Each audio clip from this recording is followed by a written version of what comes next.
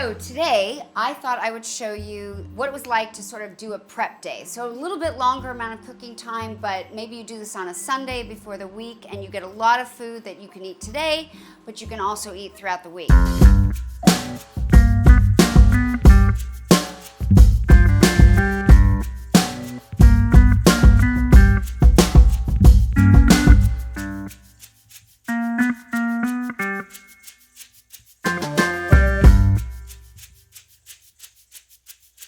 I think you may have seen me roast a chicken before, but this is honestly one of the fastest, really tasty proteins you can make for you and your family, and it will last a lot in terms of you can eat it as the breast, you can eat the thighs tomorrow, you can use the carcass to make chicken noodle soup.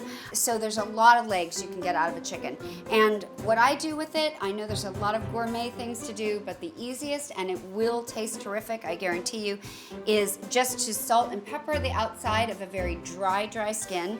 And we're gonna put that in a very hot oven. I've got the oven at 450 degrees. So you'll notice I'm trying not to cross-contaminate. I'm gonna do the salting and peppering with one hand and the sort of rubbing in with another hand. And it's gonna roast for about 15 minutes a pound. So this guy is probably gonna be a little bit over an hour. And then when you take a protein out of the oven, you always wanna let it rest. So we're gonna let it rest for about 10 minutes before we cut into it. I usually do at least one chicken a week because, you know, I've talked to you guys before about that feeling when you come home and you're just starving and you haven't eaten the right time in the day and you just want to put something in your mouth, and that's when you typically go to the shit in a box. So having a roasted chicken in your oven is a good way to avoid shit in a box because you can just slice off a couple of pieces. You can put them with so many different things. So it's just a really great thing to have around. Okay, I like the way that looks. Now I can touch it with both hands. We're gonna put that breast side up. Like I said, this is going in an oven 450 degrees for about 15 minutes a pound.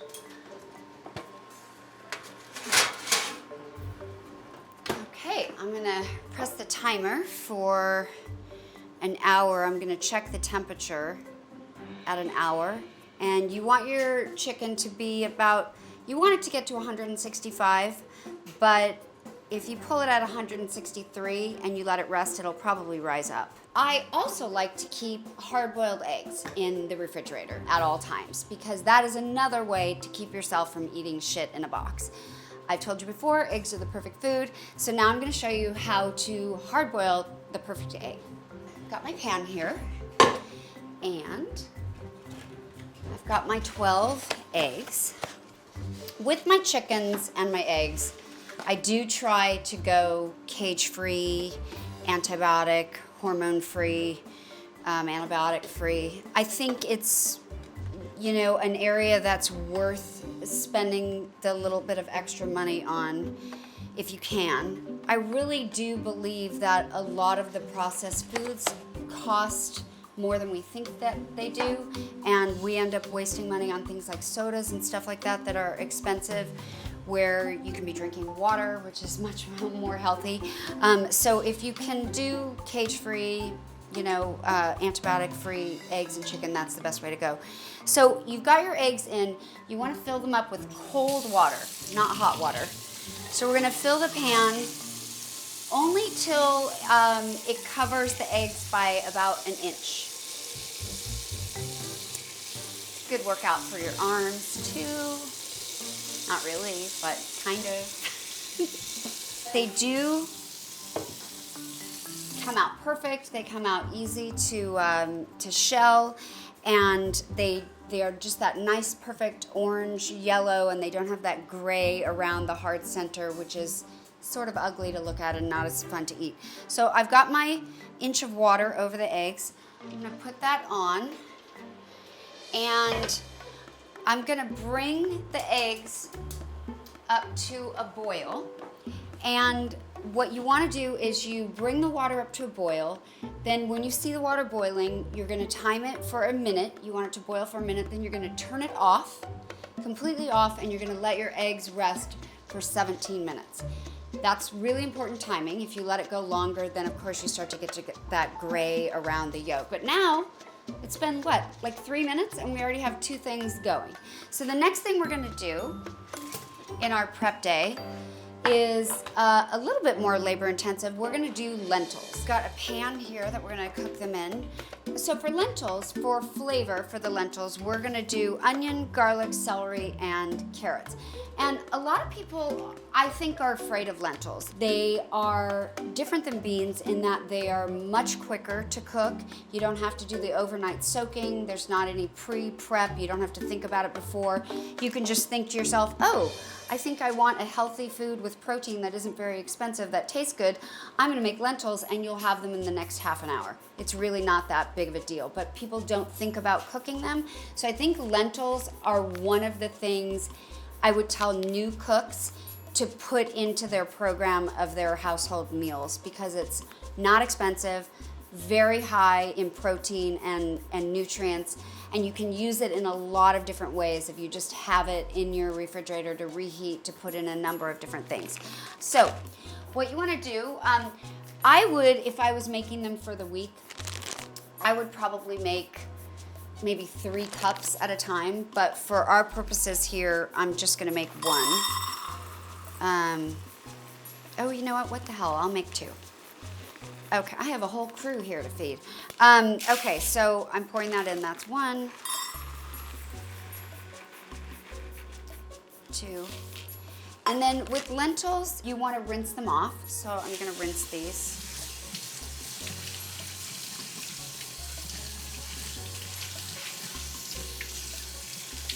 Okay, so I've got my rinsed lentils. I'm gonna sit there, and then I am just gonna begin chopping all of the ingredients that I wanna put in my lentils. So, some of my friends have been talking to me about how, you know, they'll say like, Teri, I don't even know what kind of knife you use to cut something. Like, do you use a serrated knife? Do you use a long knife? Do you use a thin knife? And I thought, okay, I might be taking some things for granted. I know there's lots of food shows that people are watching these days, but maybe you don't realize I'm using a chef's knife, and I use that a lot. A 6-inch chef knife probably is a really great place to start. So if you're gonna invest in one knife, I would say a 6-inch chef knife is probably a good knife to have. For me, in like a rough chop of an onion, I'm gonna go across, then I'm gonna slice like maybe 1/4 inch apart that way, and then when you start to chop down on it, you're immediately gonna just have all the little pieces. And that's the quickest way to chop an onion. Okay, so this is going to go in our pan.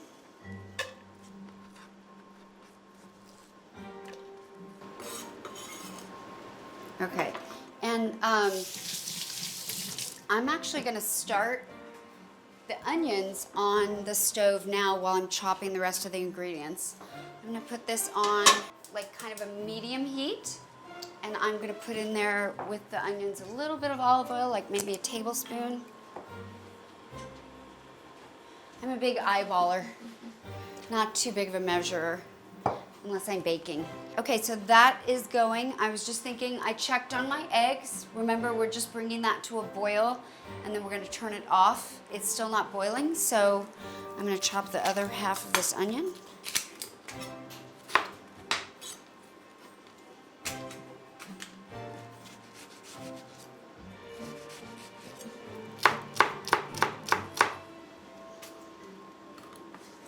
And I would love if these onions got as much color on them as they could before I put the lentils in. I'm not gonna get them all the way caramelized because it's gonna take too long, but I am hoping that they get a little color on them. Okay, so now I'm gonna chop up a celery.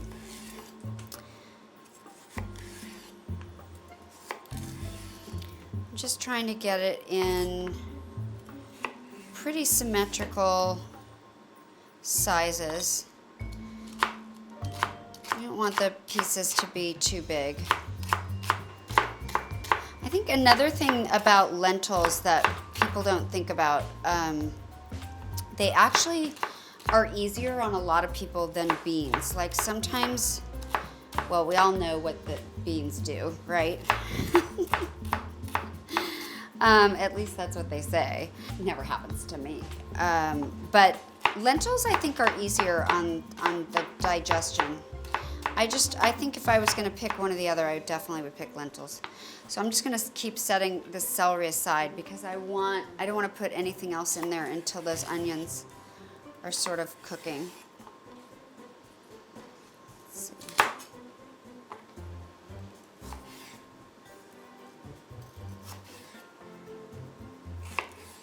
Okay, I'm gonna stir my onions. So you can see that they don't really have any color yet, but they're just starting to sweat, so I'm gonna let them go a little bit longer. Now the eggs are just starting to boil, and in the meantime, I think, let's see, can I chop this garlic in a minute? And not chop my finger off? Chopping is not really something you probably should rush at, I'm thinking.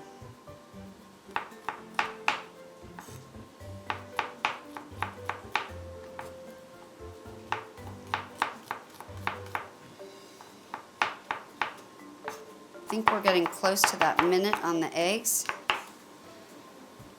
Let's see. Yep, okay, turning that off. All right, so what happens is it just starts to settle down. Now we're gonna set the timer for 17 minutes. We're gonna put the rest of this in our pot here. Onions.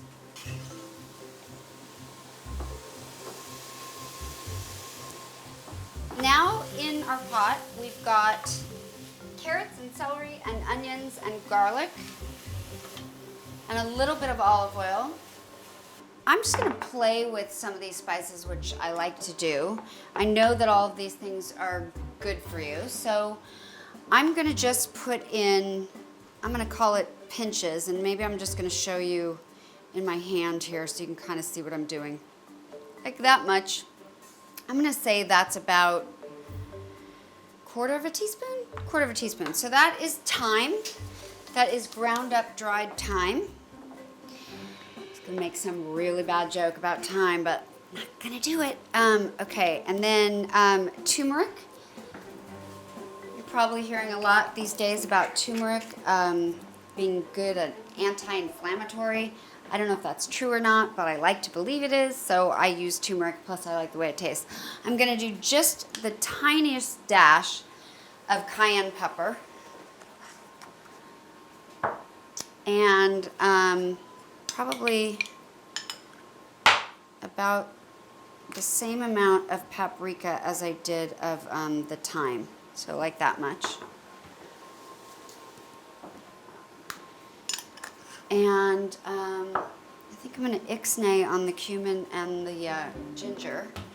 And then we're just going to have some salt, like probably half a teaspoon of salt and half a teaspoon of pepper.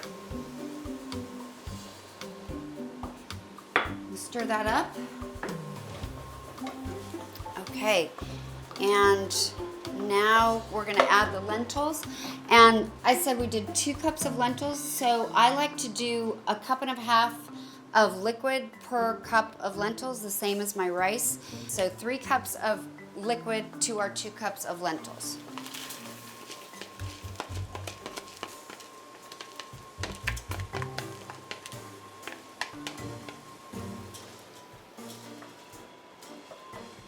I think I talked to you guys before when we made roast chicken and I showed you how to make chicken soup. I happened to, the other night, make a chicken for myself, and I noticed the other night also that there was a chicken carcass that's still in my fridge. So last night late, I threw it in some water with some spices and made some chicken broth for myself. And I have that here, and I am gonna use that for our lentils. I'm gonna take my homemade chicken stock here. I actually have to drain out the I've got the carcass still. See, the carcass is still in there, steaming away with the little spices. I'm actually gonna put it back in there, so I'm just gonna leave it there. So I'm gonna just take, I said 3, right? So I'm gonna do 1, 2, 3. Just a little bit more because I wasn't quite filling it to the top. Okay, so there's that. That goes there. This can go back in here. And see, I just have this on the back burner on as low goes. And it's, you know, I do this a lot at the holidays. If I'm cooking a big meal, I just keep some chicken stock or veggie stock. And it can just augment whatever seems to need moisture at the time that you're using it. So, okay, so far we are, let's see how many minutes in we are. We're like half an hour in. We're only half an hour in. We've got a chicken in the oven that's halfway done. We've got eggs that are almost done. And we've got lentils started. So I need to finish telling you about the lentils. So we've got our liquid in here. We're gonna bring this up to a boil, and then as soon as we see it boiling, we're going to turn it down to a simmer and cover that for probably half an hour or until the lentils get soft. So, and then we just have rice, and we're not even a half an hour in, and we're going to have all these things done. It's not that hard, right? Okay, then the last thing we were going to do in our prep day episode was rice, and we're going to use this pan for the rice. And I think I did already mention that my proportions that I always use are 1 cup rice to 1.5 cup liquid. So I'm gonna measure I'm gonna do 2 cups of rice.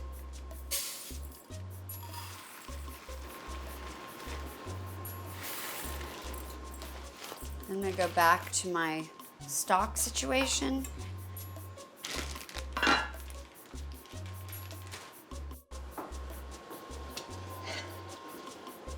It's a situation. My stock is a situation.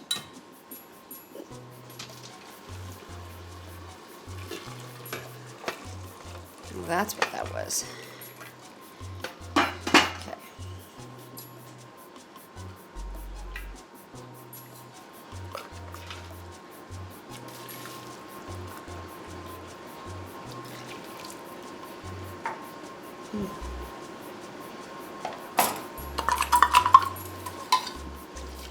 I hate that when the little rice kernels get stuck in the thing. I don't want to waste any.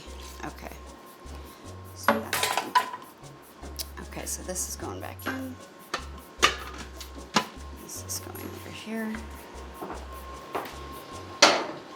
Okay, so we've got our rice and our stock in the bowl. We're going to put, again, I'm going to say like half a teaspoon of salt and a little bit of pepper and a little bit of olive oil. I'm going to say half a teaspoon. Then that is kind of the same deal as the lentils. Bring it up to a boil, and then as soon as it's boiling, you turn it down to a simmer and cover it for 15 minutes. I think I'm gonna add a bay leaf to the lentils. I'm just gonna lay it on top. The aroma and the flavors from it just add a little bit more of a kick. So I'm gonna just stick that in the top. Ooh, that looks really pretty. Well, not less than. In an hour, we're gonna have roast chicken, lentils, rice, and hard-boiled eggs. Okay, so our rice is ready, and we are gonna take the rice out of the pan. That's what it looks like there. You can toss it around a little bit. That's looking pretty fluffy. Didn't stick to the bottom. We are gonna put it all on this little pretty tray here. Oh, it even smells good. We're gonna put our rice to the side. So the next thing was our eggs. They were ready to come out, and we are putting them in ice cold water. So I've got my little ice bath here. So what the ice bath does is it stops the cooking right away. And that's how we're going to make sure they're not overcooked and they have that perfect orange color we want them to have. I'm going to crack it on the bottom because that's how people have told me is the best way to do it. I don't know if I always just kind of cracked it around.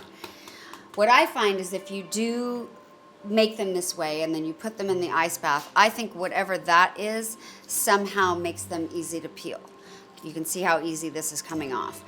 Other people think it's the way you crack it. I think it's the way you've cooked it. And that, because there's nothing worse than having a hard-boiled egg that is impossible to peel. I mean, I have done that before where you're just literally like for an hour picking away and then you're like, why? There's nothing left to even eat. Okay, so that came out great from a peel point of view. Let's see what the inside looks like. Oh, okay. So that's pretty perfect. That's what I wanted to see. I didn't want to see like gray around there. I just wanted the yolks to be that perfectly yummy yellow. So the way I like to eat them, another food, like you come in the door, you're exhausted, you're starving, you don't want to eat shit out of a box. You just grab one of your hard-boiled eggs, a little bit of, they're slippery, a little bit of salt, a little bit of pepper. Oh my God. I've said it before. It's kind of the perfect food. I will not keep these eggs in water. I will store them like in a Tupperware or something, I think for now, just to present all of our little yummy things we're making today. We'll put them in this bowl and then we'll set them aside with our rice. Okay, so now we're gonna check on our chicken.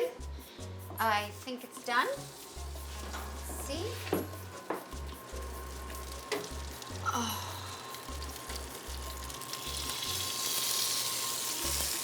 That looks pretty.